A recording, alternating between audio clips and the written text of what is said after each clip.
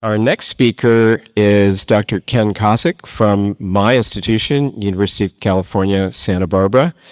And he's going to tell us about brain organoids as model systems for genetic disorders and neurophysiological inferences. Ken, take it away.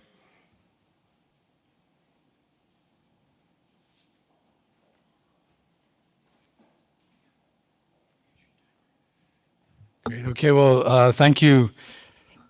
Like all of you, I think I was inspired by Kristen McDonald's presentation. Dennis asked us to say a word about ourselves by way of introduction. And my background is I'm trained as a neurologist. And right after my residency, I went into doing almost exclusively research. But I so resonated with Kristen's comments about the necessity for the physicians to have empathy for their patients and striking that balance to understand what patients are going through and to, as a physician, to never rob a patient of their hope. That's really, I think that's so crucially important. My field has been, although I'm going to talk about a number of topics, most of my research has been around the area of Alzheimer's disease, and we experience a lot of what Kristen talked about with regard to having to deliver messages to patients and their families about another very serious disease. And certainly doing that in a way that is both empathic and compassionate is an essential part of the job. So I'm going to switch over to the topic at hand here. And I think I'm trying to remember, I have a slide advancer. So here's a little outline of the talk. I'm going to talk about the use of human brain organoids as model systems for a number of the conditions that you see here. The ones in bold are what I'm going to spend a little bit of time on. Brain organoids are particularly good for looking at developmental disorders, and I'll say a word about Cri-du-Chat syndrome or minus 5P. They're less good for late neurodevelopmental disorders, but there is some utility, and I'll talk about putting tau mutations into organoids in some published work. And then I'm going to finish up with another use for brain organoids entirely, which is to study neurophysiology. So let's jump right in here. Here are some brain organoids floating around in this dish. They can be done in several ways. You're probably familiar with both guided and unguided organoids developed by Sergio Pasca and Madeline Lancaster, respectively. Depending on the question you're asking, you want to use one or the other. Neither is better or worse. They have slightly different utilities. And you can see here in these particular organoids on the single cell analysis over on the far right that we get a very high diversity of neural cells there. And in the middle panels, you can see that those neurons, you can see there's the typical shape of a pyramidal cell with the long apical dendrite, and it is stained in a way that's labeling the synapses there in green along those apical dendrites. These are 7-month-old organoids. So the first study I'm going to show you here is taking individuals that had tau mutations leading to frontotemporal dementia. Those mutations are listed over on the left at the bottom of the slide, and then using the organoids to look for differential gene expression in the presence of those mutations. And there was a population of cells that were clustered as astrocytes that all of them actually, that the astrocytes all had these increases in the genes in red on this slide. Now, if you look carefully at this pathway on the slide, it's a lot for one slide, but it's basically taken from a textbook from Brown and Goldstein on the cholesterol biosynthesis pathway. There at the top is acetyl-CoA, and if you follow the arrows around, you're going to get to cholesterol. So all of the intermediary biosynthetic enzymes, nearly all of them were increased in this analysis with individuals carrying the tau mutations, which has really led us to some interesting hypotheses because the cholesterol to the brain, cholesterol is essential for the brain. Neurons and their membranes are full of cholesterol, and the astrocytes are the source of that cholesterol. So that before there's even clinical symptoms, before there's even tau pathology or tau inclusions in the organoids, there's already an activation of the cholesterol biosynthetic pathway as a result of this mutation. And this has been revealed here in the biology of brain organoids in this published paper. From here, I'm going to show you data on the Cri du chat. This is a deletion on the chromosome 5 in the P region shown here, and there are 13 genes. Can be a few more or less depending on the details of the deletion. 13 genes shown over on the right that are deleted in these individuals. It's called Cri du chat, which is people are moving away from that name a bit, but because there's also anomalies in the vocal cords, they tend to cry like the cry of a cat. But there's other even more serious problems such as microcephaly and mental retardation, quite severe.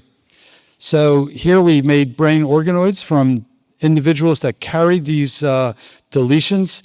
And right away at the stage of these, at very early stages in the formation of the organoids, we immediately picked up a difference in that in typical organoids, you see these slight swellings, and the surfaces are quite smooth in the individuals. They were smaller, as there are previous studies on microcephaly that show that the size of the organoid is actually different in many different conditions leading to microcephaly, including Cri du chat. And here is now the organoid being sliced, in which you can see the inside stained with a neural marker and the MAP2 and a geofibrillary acidic protein.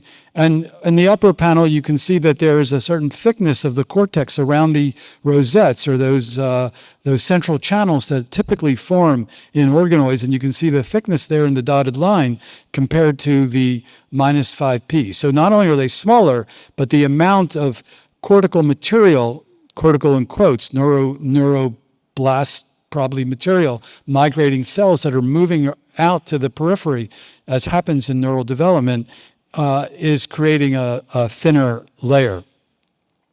And here's the most dramatic phenotype that I think is really makes this condition one of the most dramatic for using organoids to study a very clear-cut phenotype in brain organoids, which is that, as you can see on the top, many organoids form these multiple rosettes. That's what you're looking there in those donut-shaped circular structures there that have, toward the interior are more the cells that are early in development, and they're migrating outward.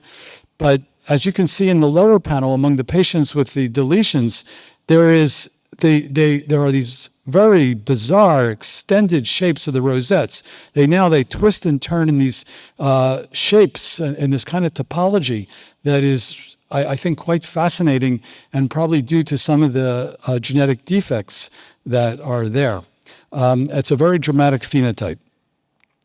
Now, you can see here, and maybe the person can get this slide going, just press those two arrows on top. Using 2-photon on these organoids, if you can get the other panels rolling, you'll see, the upper ones, please. Just click on that arrow, please, and you should see, there we go. See how it's firing? And you can see this one now beginning to fire, and they're pulsing together.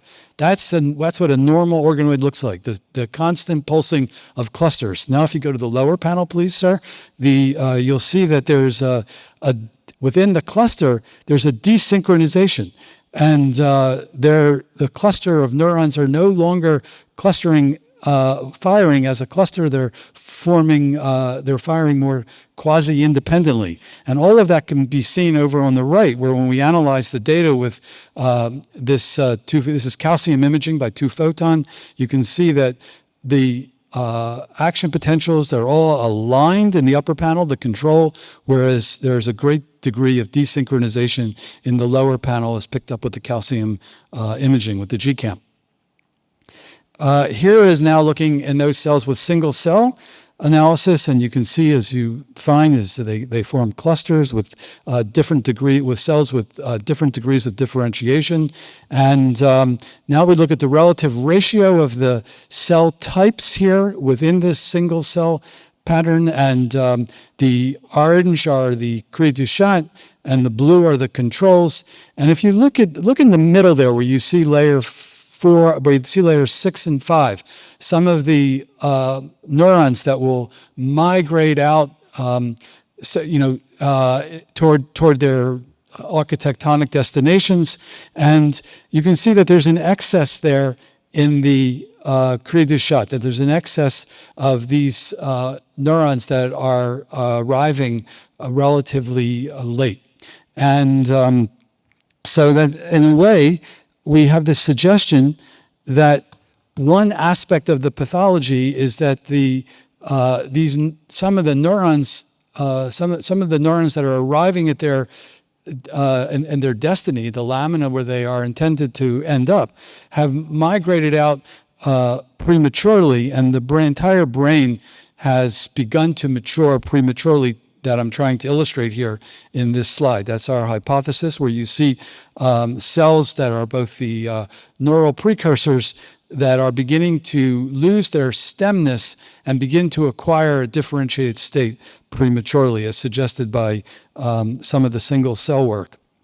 There's a second phenomena that's going on here where, actually, to explain some of that premature appearance of more mature neurons in the cri du chat, we looked at a number of different genes, and I can show you a lot of them that support this concept.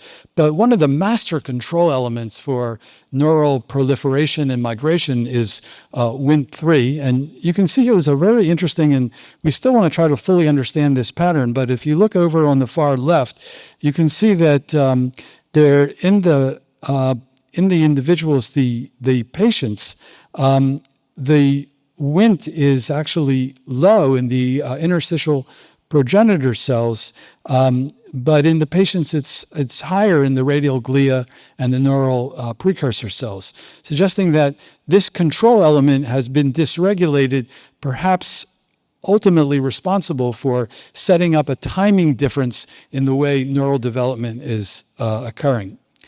There's one more interesting inference that we can make about the underlying pathology here, which is in this image, where there is also very large differences in the expression of laminin.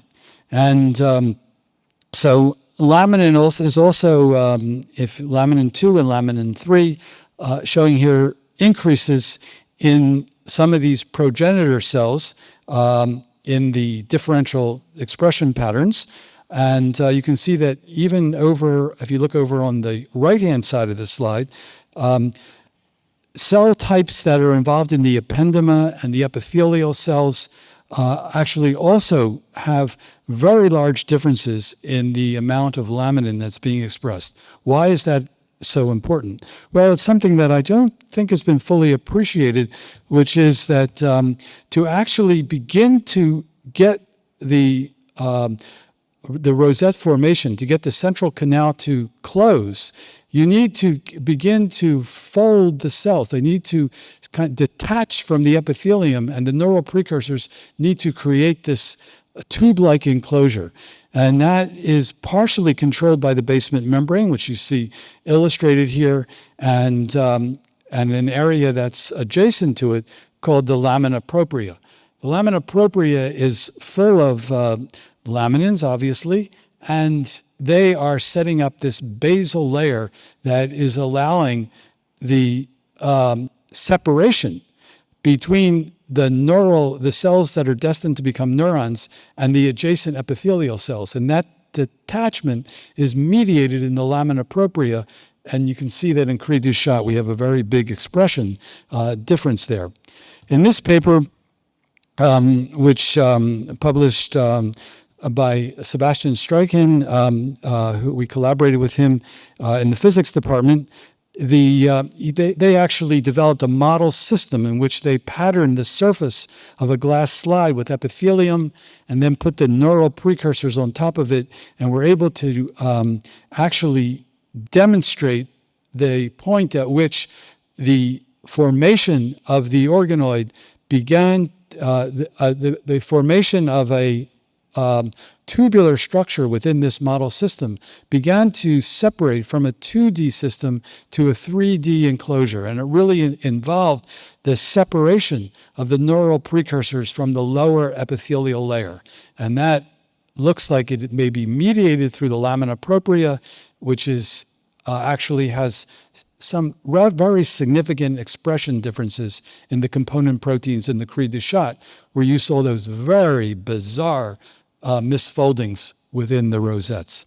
So that's a rapid run through some of the perhaps the basis for the pathology. I want to get the last piece of this in and talk about another direction. I've sort of, because this has sort of been a potpourri of things that are going on in the lab. And so we have to sort of change hats here very quickly and think in a little bit of a different way, because organoids are not just, I think, a very good system for studying neurodevelopmental disorders, possibly a system for having some insights in neurodegenerative disorders, but they are still an underappreciated, but I think a very important system for studying neurophysiology, because they actually replicate a great deal of the physiology that we see in the human brain, not perfectly, like anything in an organoid. So, as you can see on this slide, I'll start with the ending of this section, which is that organoids demonstrate an extensive spontaneous neuronal activity. They have spikes. The spikes will burst. There are LFPs, and there's an extensive network dynamics, which I'm about to show you.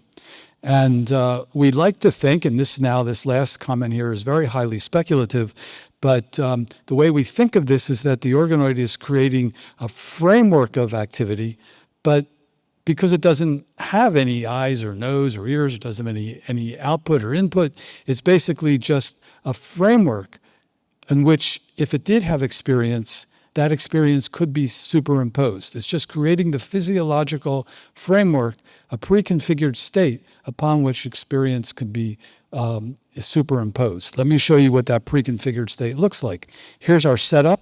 We have multi-electrode arrays here with 26,000 electrodes on them, and then we'll slice an organoid and put it down on the surface. And you can see over on the far right, there are both the red line is showing you local field potentials. In this case, the red line is showing you theta waves, frequencies. And then below they're using a high band pass. We can see individual spikes, typical appearance of an action potential.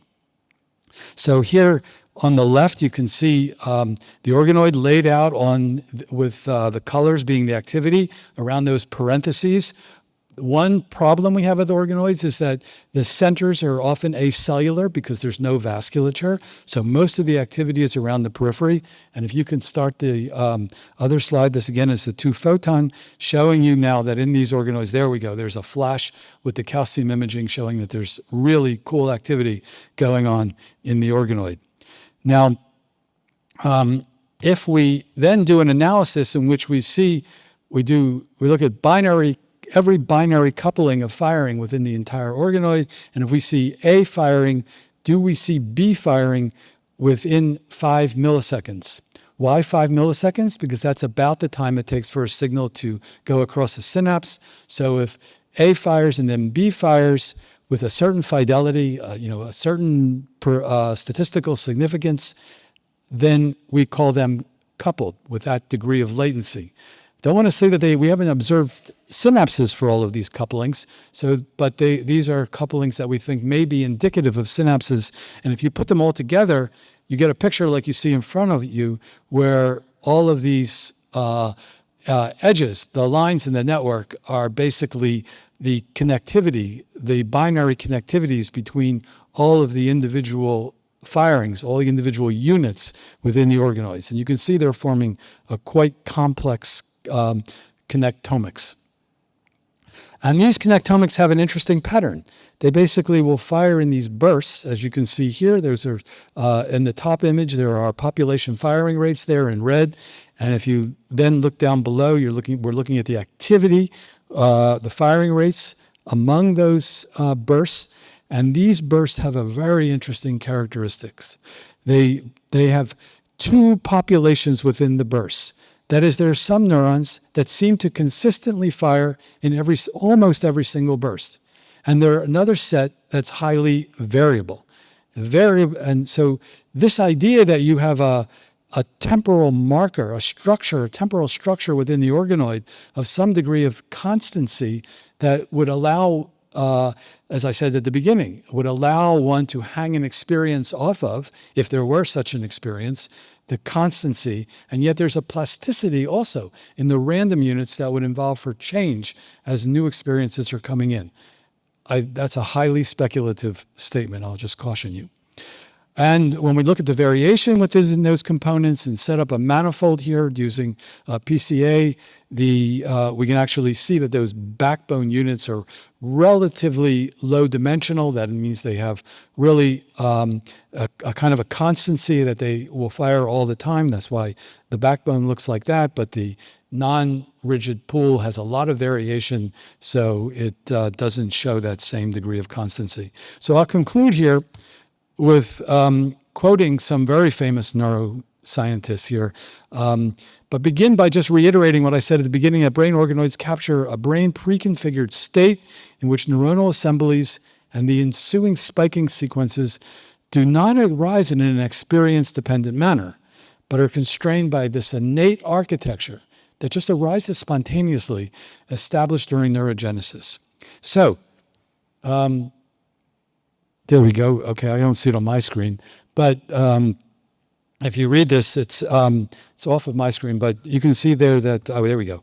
Okay, so John O'Keefe, you're familiar with John O'Keefe, a Nobel laureate, place cells. He says a neuronal system in which activity occurs in the absence of sensation serves as a physiologic scaffold capable of representing information from the external experience, here's the key, before it is experienced. Really, it sounds a little like an organoid. And Yuri Buzaki also comes to a similar idea. Before organoids were looked at by either of these individuals, the brain already starts out as a nonsensical dictionary. It comes with evolutionarily preserved, preconfigured internal syntactical rules that can generate a huge repertoire of neuronal patterns. So here's our group. I really want to make some particularly big thank yous to, in the center is Mu Kwang, who did most of the work on the Cri du Chat. The person up on the upper right there is TJ, who has done most of the work on the neurophysiology, but almost everybody in this picture has contributed a lot. Thank you.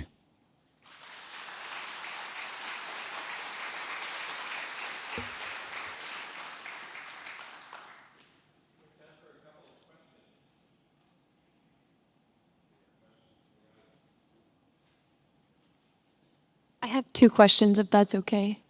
Do you know of any studies that compare EEG data in patients to the high-density microelectrode array data? Yeah, so there is one study that's done by Alison Mutri in which she looked at organoids and pediatric EEG and claimed some similarities. That's really cool.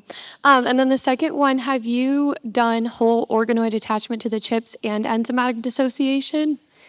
Whole organoid attachment on what? To the chips and enzymatic dissociation attaching to the chips? We have done whole organoid, and we do see, we'd like to slice them because we get more activity that way, but the whole organoid also seems to work. You have to put a harp down on them and put them so that they remain adherent to the chip. Thank you. Hi.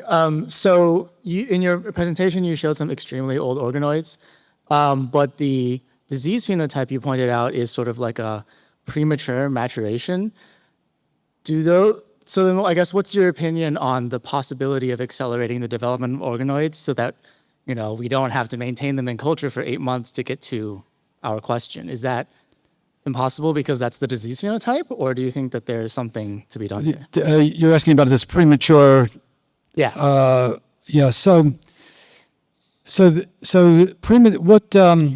My interpretation of a premature development is, so you think about, so here's a neural precursor that has several options. It can divide into and remain to be a precursor.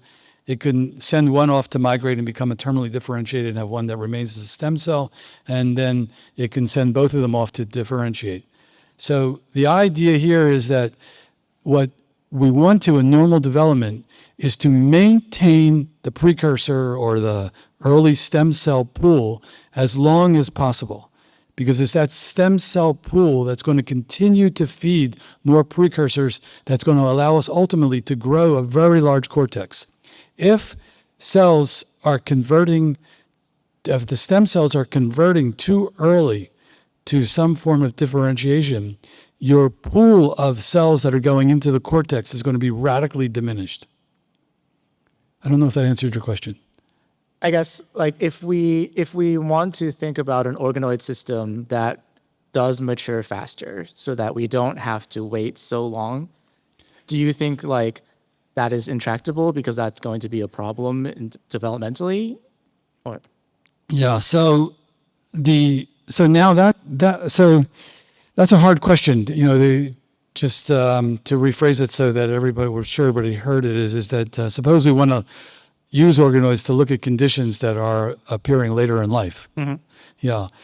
So I think I think we're going to get there, but we can't wait like several years.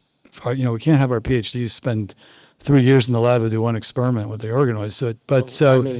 We do have to like figure that out. Right now, we have not solved that problem. We've been for instance, that problem is very big in neurodegeneration. These tau protein undergoes maturation in the brain. We don't see it so readily in the organoids. The NMDA receptor undergoes maturation. Many of these changes that undergo at both at the gene level and the cellular level are not occurring. Maybe if we can get more vasculature in there, it's going to change. But I think you've put your finger on a very significant limitation of organoids at this time. Yeah. Okay.